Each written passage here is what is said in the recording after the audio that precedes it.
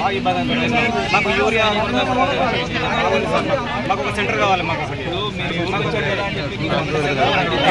అలా ఎప్పుడైతే వెటర్నరీ కావాలని అడుగుతున్నారు, అలా వెళ్ళి నేను వెళ్ళింది వెటర్నరీ ఇచ్చినా అలా కాదు కదా. ఈ ఊర్లో ఎన్ని బర్రెలు ఉన్నాయి, ఎన్ని గేదెలు ఉన్నాయి, ఎన్ని వస్తాయి, ఎంత పాలు వస్తున్నాయి, సార్ మాకు ఎన్ని క్లోజెస్ట్ వెటర్నరీ ఎక్కడ ఉంది నాకు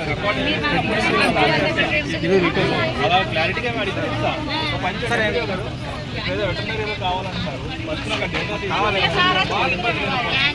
ఏమి ఇబ్బందులు వస్తున్నాయి? ప్రతిదీ మేము వేరే ఊరికి వెళ్ళాల్సి వస్తుంది సార్. ఒక సెంటర్ కావాలి సార్. మేము మా పొలాలు ఖరాబ్ అవుతుంది. మాకు ఒక సెంటర్ ఉంటే మాకు వస్తుండే.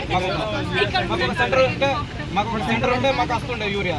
మాకు మా పొలాలన్నీ ఖరాబ్ అయినాయి. ఇప్పుడు మేము యూరియా చల్లుకోక తీసుకుంటున్నారు. దుకాణాలు వస్తుంది కదా సార్. ఈ సంవత్సరం బాగా టైట్ అయిపోయింది. ప్రైవేట్ దాంట్లో దయచేసి చేయాలి సార్.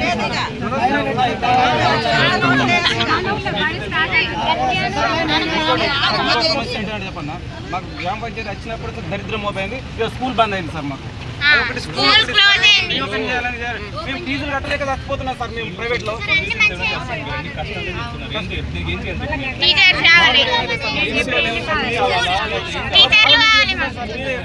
స్కూల్ కావాలా? రీఓపెన్ చేయాలి. ప్రైవేట్ చచ్చిపోతున్నాం సార్.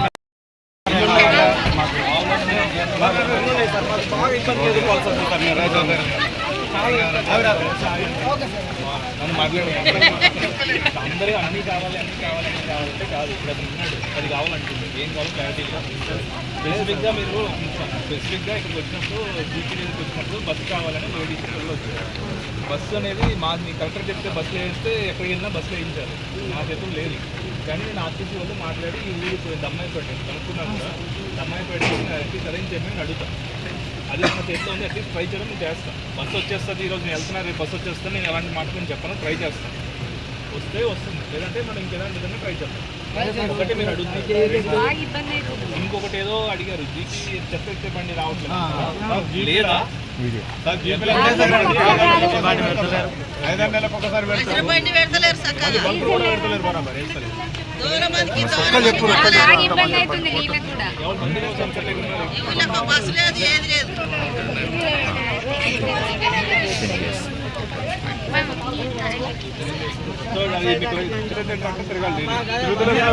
చెప్పిన కార్యదర్శి